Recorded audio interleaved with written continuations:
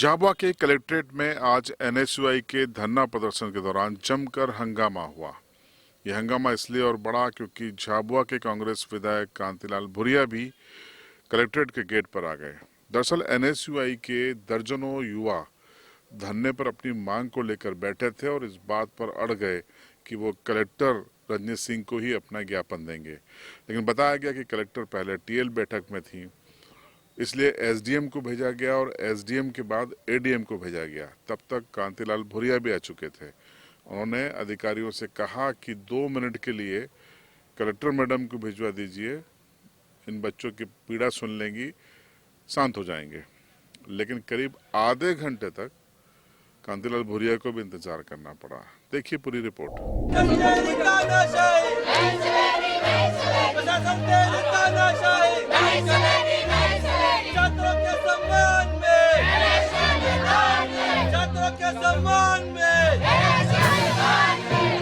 जमीन की कसम खाकर तो कहती हूँ उसको मैं मारूंगी तो मारूंगी, क्योंकि हमेशा मेरी लड़की को टॉर्चर करता है वो। उसके बाद का इतना अधिकार है वो नहीं होता है वहाँ पर। हमारी मांगें पूरी हो, हमारी मांगें पूरी हो।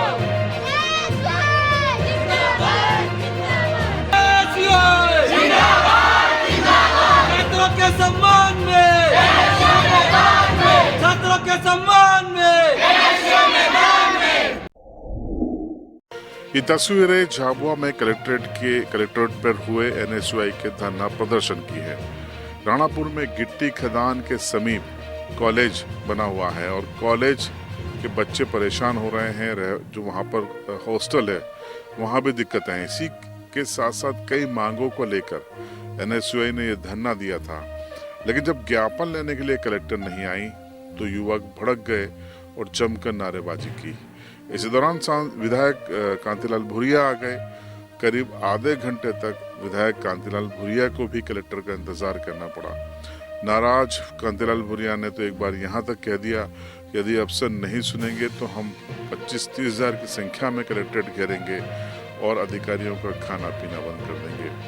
तो ये जो संवाद है इस हिस्से को सुनिए और उसके बाद कांतिलाल भूरिया कैसे अंदर गए, फिर उसके बाद कलेक्टर उनके अनुरोध पर आई और फिर कलेक्टर ने एनएसयूआई के कार्यकर्ताओं की पीड़ा को सुना और आश्वासन के बाद ये धरना समाप्त हुआ।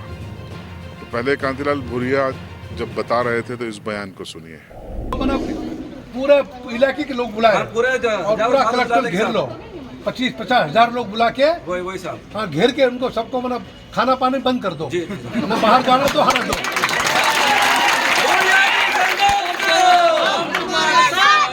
आप नहीं सुना तो उनके लिए यही रास्ता, घेरो सुबह से शाम तक, रात तक बैठे रहो, जाने बंद करो। छात्रों द्वारा और सभी हॉस्टल और कॉलेज के बच्चे आज आए हैं, उनकी समस्या वाजिब है। अब यहाँ पे कोई सुनने वाला न कोई ऊपर सुन रहा है कोई नीचे सुन रहा। अब 2 घंटे से बैठे कलेक्टर मैडम बाहर निकलने का नाम नहीं ले रही। फिर मैंने जाके कहा भी बच्चों का मामला है, जाके उसको सुन लेना चाहिए। फिर वो मैडम आई तब वो सुने, आप भी वो आधी सुने आधी वो चली गई। तो ये सारी चीज़ें मतलब सरकारी ऐसी प्रशासन है, सब पर अब लोग कहाँ जाएंगे, न गांव वाले की सुन रहे हैं न बच्चों की सुन रहे हैं। आप इसको छात्रावास की हालत खर वहाँ पे स्कूल में बैठने की टाटपट्टी नहीं, बटे ठंड में नीचे बैठे बच्चे।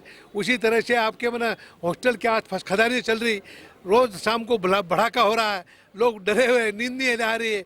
ये सारी चीज़ें की बात हुई। मैंने कहा है कलेक्टर को वो जहाँ जहाँ हॉस्टल है संस्था के आसपास कोई खदाने हैं उनको बंद करे। जो बच्चे आते हैं वो मैडम के भरोसे आते हैं कि हमसे मैडम मिलेगी और हमारी समस्या उनको ही बताएंगे, क्योंकि ये अधिकार रहता है, सबका अधिकार रहता है बच्चों का। इसलिए मैडम से मिलने आते। तो मैडम कितनी देर हो गई, हमको भी भूख लगती, हम सुबह चाय पी के आए थे। मैं तो सुबह घर से निकल के आई हूँ। सभी कॉलेज के लड़के और लड़के आए हैं अपनी अपनी मांगे लेकर, और हमारी कॉलेज गर्ल्स कॉलेज है वहाँ पर। तो वहाँ पर जो एक लेखापाल है हमारे कॉलेज के, और वो लड़कियों को डराते हैं। और बाहर की लड़की एक आई है भोपाल से, वहाँ उसका एडमिशन भी नहीं है और वो हॉस्टल में जाकर रह भी रही है और खाना भी खा रही है, वहाँ सब रहना व्यवस्था कुछ, और उसका ना आईसी कार्ड चेक किया जा रहा और ना कुछ। जब मैंने सर से बात की तो मुझे बोलते कि आप कितने दिन तक आती हो कॉलेज। मैंने कहा सर मैं पीएससी की कोचिंग कर रही हूँ, इसके वजह से नहीं आ पाती। तो फिर बाद में वो बोले कि नहीं आना पड़ेगा तुमको। तो मैंने कहा ठीक है, मैं पीएससी की कोचिंग छोड़ के आऊंगी, पर बाहर की लड़की यहाँ नहीं आके रहेगी। तो इस धरना प्रदर्शन के बाद एनएसयूआई के कार्यकर्ताओं की बड़ी जीत ये रही कि एसडीएम ने तत्काल ही जो गिट्टी खदानें हैं उनको बंद करने का मौखिक आदेश दे दिया और कहा कि जल्दी ही लिखित आदेश भी जारी हो जाएंगे। उसके अलावा अन्य समस्याओं को लेकर भी आश्वासन दिया गया। एनएसयूआई का धरना प्रदर्शन करीबन 1 घंटे से ज्यादा वक्त तक चला, लेकिन इस पूरे प्रदर्शन के दौरान कांतिलाल भूरिया आक्रोशित दिखाई दिए और युवाओं को वो समझाते भी रहे, धरना दे रहे एनएसयूआई के पदाधिकारियों को, और प्रशासन के प्रति आक्रोश भी दिखाते रहे। और अंततः कांतिलाल भूरिया ने प्रशासन और एनएसयूआई के कार्यकर्ताओं के बीच एक तरीके से समन्वय की भूमिका निभाकर धरने को आश्वासन के साथ समाप्त भी करा दिया।